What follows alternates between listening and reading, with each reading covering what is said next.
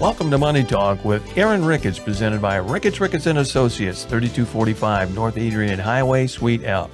The opinions voiced on Money Talk are for general information only and are not intended to provide specific advice or recommendations for any individual.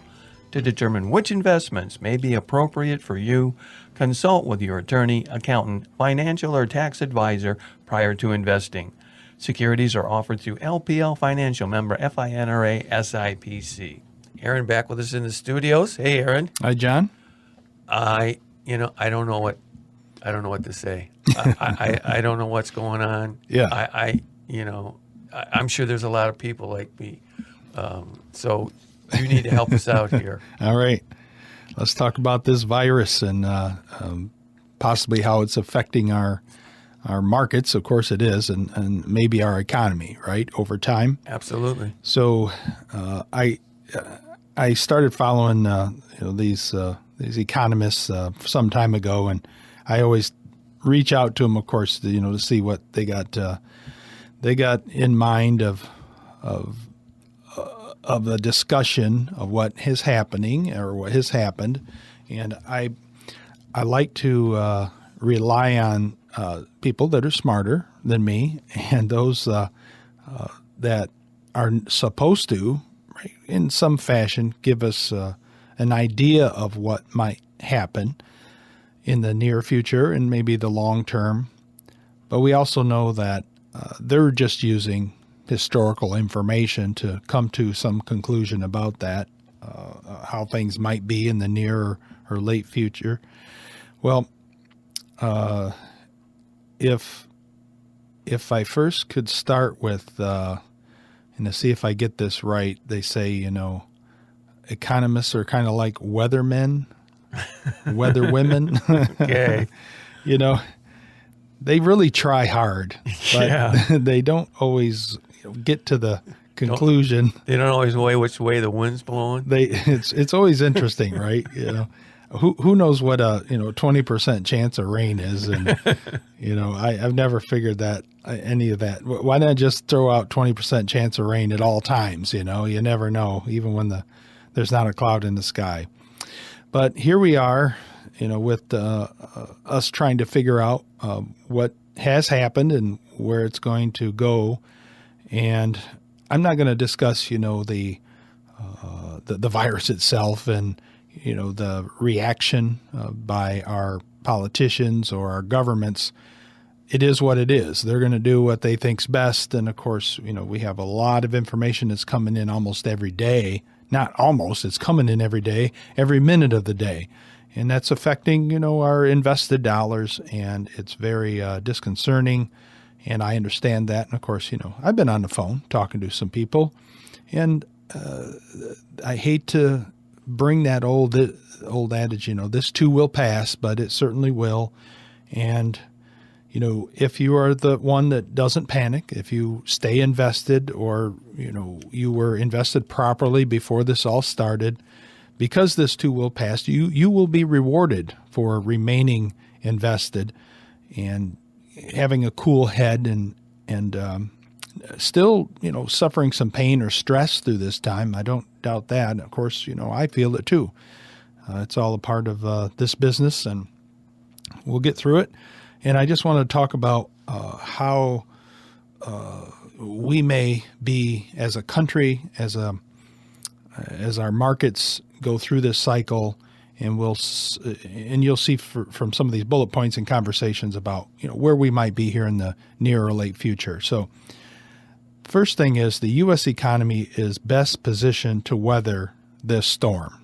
We've always been that way. I mean, for long periods of time. As long as anybody that's listening has been on this earth, the United States economy has been the strongest in the world. And it's continuing to be that and do that.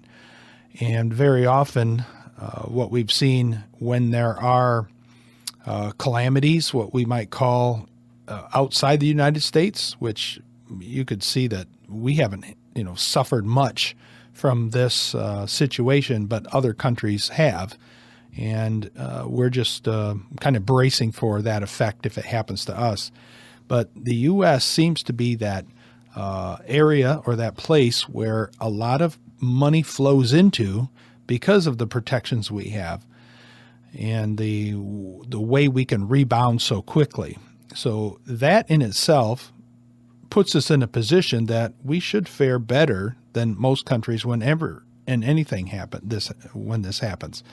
Another point is the Federal Reserve, the Fed rate was cut, and that shows that the central bank is committed to this path of aggressively stimulating the economy if necessary. And we kind of talked about that off air, John, but right or wrong, that is one way that they get the job done. Facts are the facts. China and Europe will likely face a difficult road ahead because of the supply chain disruptions. Again, we are so diverse in this country. Our economy is so diverse. We don't rely on others and other countries like Europe and China does, because they are, they're just a handshake away compared to us. We have an ocean or maybe two oceans away, where they are right there, and they do a lot of trading with each other. So when there's this supply chain stoppage or slowdown, it's going to be affecting their economies more than it would us. And again, investors should consider staying the course until these markets settle and then the outlook is more certain.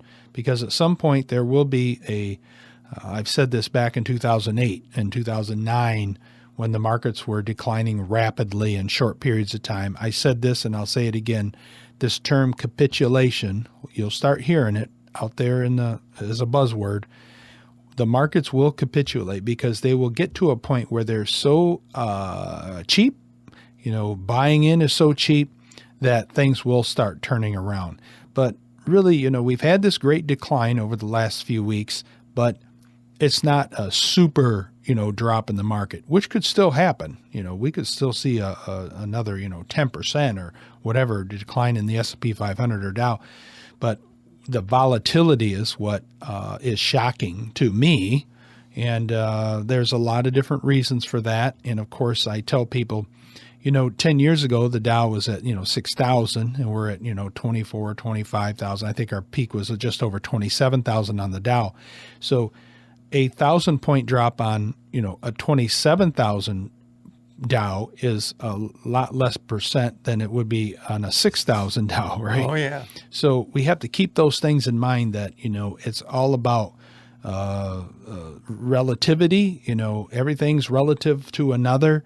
So it is shocking for a lot of us because there are more of us invested today than there were 10 years ago. There are more of us invested, much more than 20 years ago. Most of the wealth that was built in this country, it came from the 1980s. These are facts, and this is why this market has grown so much. We have, again, over and over and over, weathered that storm whenever something has come out. I talked about the Fed cutting rates. They did a 50 basis point rate cut 2 weeks ago, or I should say not this last week, but the week before. And that, of course, rebounded for a day. The market's like, okay, we know they're serious about making sure they're at least serious that they're taking this serious. And they're also serious about trying to ward off any, steep, some type of recession. They want to make sure we can get through this quickly if possible. I talked about the U.S. economy being the most resilient against all the other world largest economies. So that Fed rate cut was probably the biggest rate cut, and it was not expected. Economists didn't expect much of a rate cut or any more this year, maybe at the end of the year, but not 0.5% certainly, and not 0.5% right after they just did 0.25% not too long ago. So again, that they're serious about taking this situation. They're advising on it on a daily basis, which is good. We might not be all into it. We're more interested in, is our local, games being canceled, over this situation. But we know that they're going to try to do their best to make things smooth. After these two rate cuts, yes, we don't have a lot further to go be able to cut anymore, do we? That's right. It's absolutely right. And that could be a good conversation about what I was going to talk about next, is how, again, we only have a couple percentage points to cut rates back down to zero like we were for a few years there after 2008. We still have that. We still have the opportunity to make those rate cuts. We have other ways to stimulate the economy. And you've heard the president talking this last week, what they plan to do or what they could do. We may see more of that depending on how the numbers come out. But again, we're more financially secure because other countries like Europe and I just stick with the European countries because they're, as a group, make up a large part of the economic, all the economy in the entire world. They are already near zero. So they have fewer options. They don't have a lot of options to cut rates to stimulate that way. And it's lowering the interest rate is an easy way because it doesn't technically cost the government any money, and it doesn't cost us any money. If anything, it reduces our costs, and that gives us more money to spend. So I can see that, we may even go with the bigger rate cut later, but we're probably, the Federal Reserve is going to wait and see what the economic conditions look like, let's say in the next quarter, because if this is just a slingshot, situation, we could be back to normal by summer. If it's not, it might take a full, 12 months for us to run through this cycle.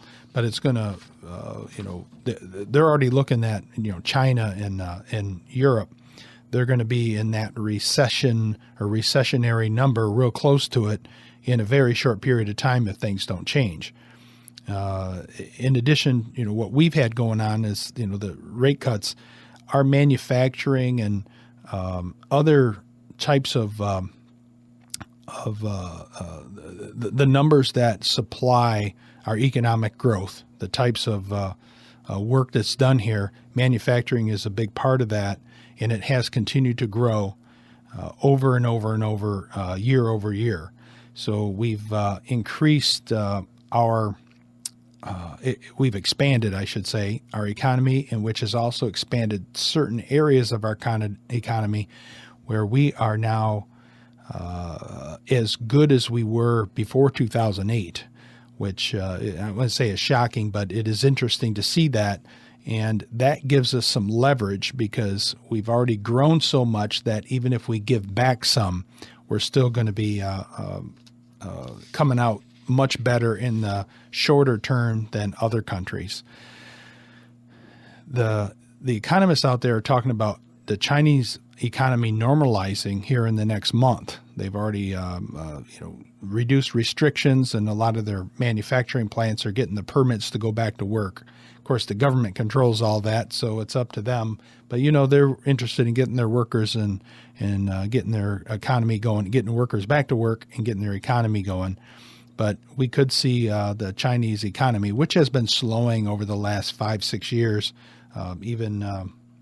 since 2012. Look at my cheat sheet. So that's a long time. It's just been a slow decline. But they're still running about 5-6% gross domestic product, where our country runs, it did 3% in 2008, and it's been, we were talking about doing 2 or just under 2 this year. So that's a significant growth, and that's what they've been doing year after year after year.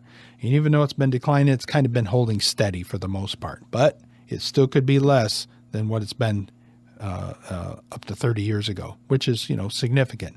Hopefully everything will normalize in a shorter period of time. Let this thing run its course, and I hope our economy, our government officials, and of course those that are taking direction from our government officials keep cool heads, and we get back to normal within maybe a few months. Would it be nice? Oh, it would be great. Instead of talking about this. Mm-hmm. So if somebody wants to talk, yes, how can they do that? Give me a call, 265-3540. Thanks a lot, Aaron. Thanks, John. That's Money Talk with Aaron Ricketts, presented by Ricketts & Associates, 3245 North Adrian Highway, Suite L. The opinions voiced on Money Talk are for general information only and are not intended to provide specific advice or recommendations for any individual.